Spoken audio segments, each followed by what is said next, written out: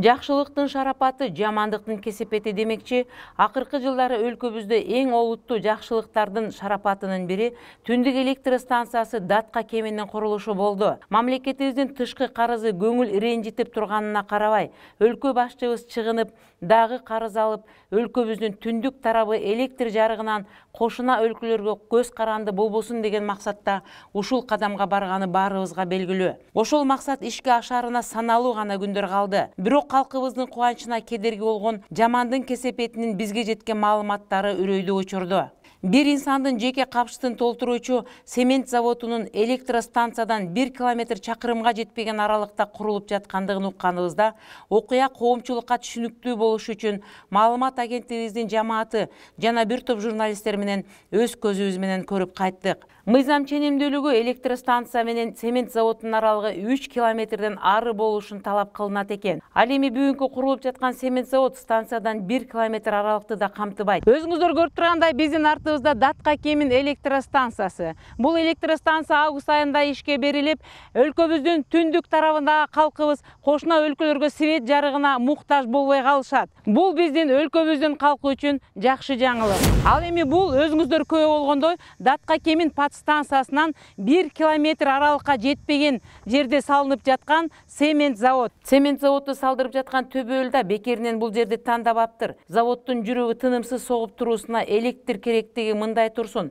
Ишкананын эшигинин алдынан өткөн темир жолу заводдон чыккан цементти кардалдарга оңой олтоң даяр темир жолу аркылуу соодалап турууга эң эле ыңгайлуу экен.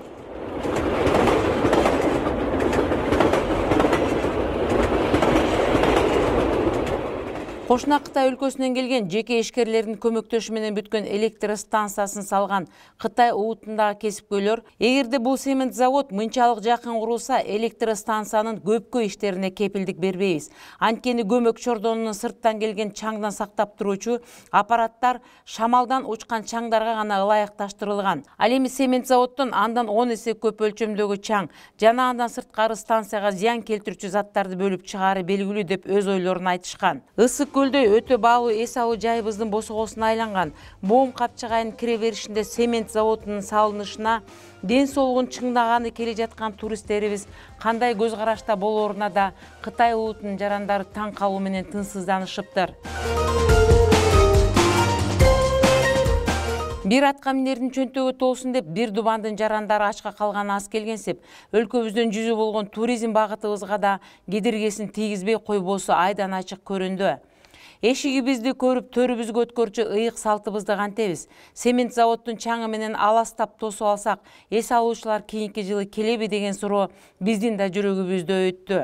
Цемент заводуна барып жетекчилер менен баарлашып, Кытайлар күйүп жаткан биздин өлкөнүн тагдырына тынчсызданган кыргыз жаранынын жүзүн көргүбүз келгенде, кабарчылар деген маалымат жеткенден кийин бизди тосмосунан ары өткөрбөй коюшту.